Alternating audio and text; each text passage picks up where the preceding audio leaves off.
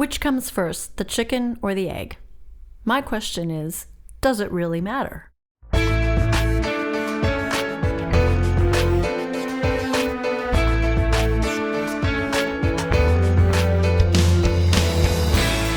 Hi, this is Eric Copeland, president of Creative Soul Records in Nashville, Tennessee, and you're listening to the Brand New Me podcast. Welcome to the Brand New Me podcast, episode number 122, the chicken or the egg, the players or the music. That was a Portraits of White question from a fan of Portraits of White. She said, do you choose the music and then hire the players, or do you hire the players and then have the arrangements made based on the players you have? It's kind of like that chicken or egg question, but I have an answer.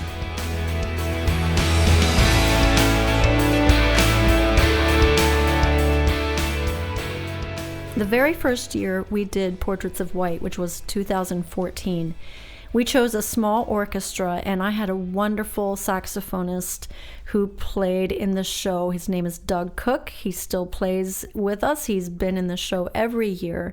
He's an amazing musician. He graduated from Eastman School of Music with a performer's certificate, which just means that he was an incredible player, and he got a very special award for all of the practicing and performance that he gave. Then he traveled the world with the Glenn Miller Orchestra, and he's in Portraits of White. But the first year I did Portraits of White, I asked him, I said, Doug, would you play in my Christmas show? I have this vision to do a Christmas show with a small orchestra. Would you be on stage with me? And your wife, Amy, who is an amazing cellist, she and I would play piano together, and it was just as if we had been sisters musically all our life. We just click. So I invited those two musicians to be in the show, and Doug, bless his heart, knowing what I was trying to do, and I think observing that I really didn't know for sure what I was getting myself into, said, Francis, would you like me to find musicians for you and hire them for you? And I said, that would be wonderful. And that got us off and running. And the first few years, he would hire the musicians. The conductor and I would choose the music, say this is what we want to do. And then we would hire the musicians that fit the music. But we also had a budget that we had to work within. So I couldn't just have a 70-piece orchestra like I would like to. We did keep it within a budget, and so we would say, we have 6 string players, so we have to make sure we write charts based on the amount of players that we have, and voice things according to the players. So it is the chicken or the egg kind of thing, but for the most part, I choose what music I want to do and I don't worry about the musicians because I know they can play anything. It's more a matter of just voicing and choosing the arrangements to suit how many players we have. So I think that answers your question.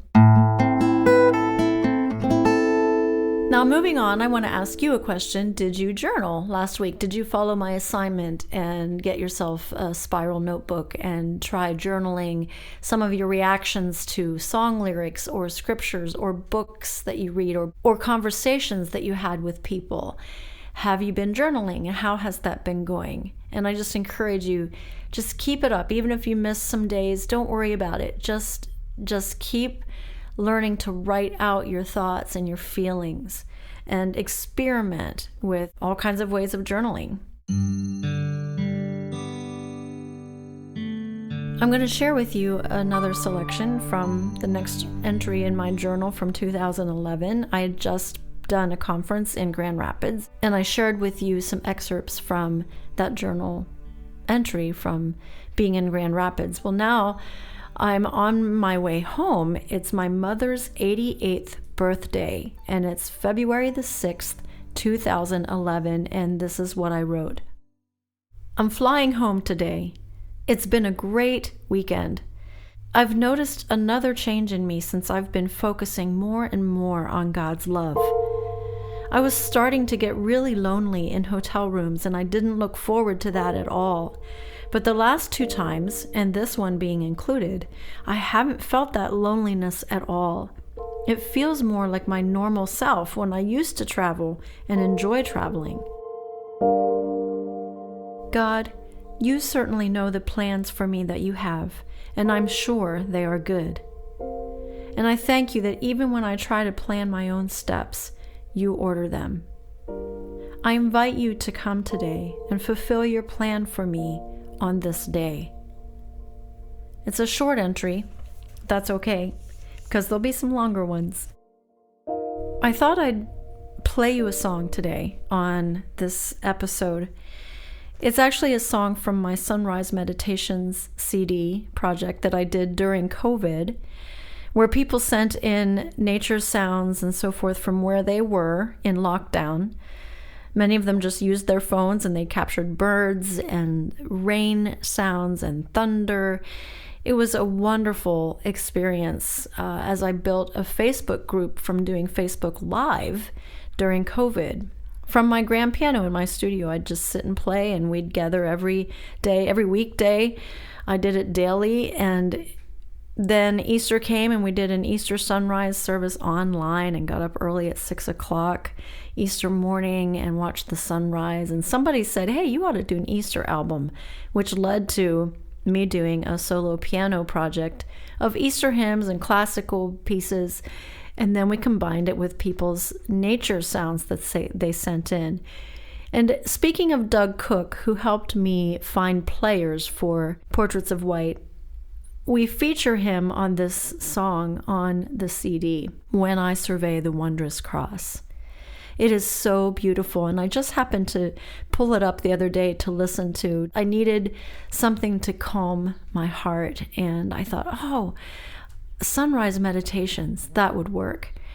And this song came on, and it had been a long time since I'd listened, and I thought, wow, this is beautiful. And it features Doug Cook, not on saxophone, but on flute. So just as we end this podcast today, think about this as you listen to this beautiful song. Just rest as you survey the cross that represents God's love for you. Enjoy the nature sounds, enjoy the flute. Remember that your steps are ordered by the Lord, even when you feel like you have no idea where you're going or what your plans really are. He is ordering your steps. And you can go from loneliness in hotel rooms to actually feeling like there's someone there with you. And no matter where you go or what you do, God is with you.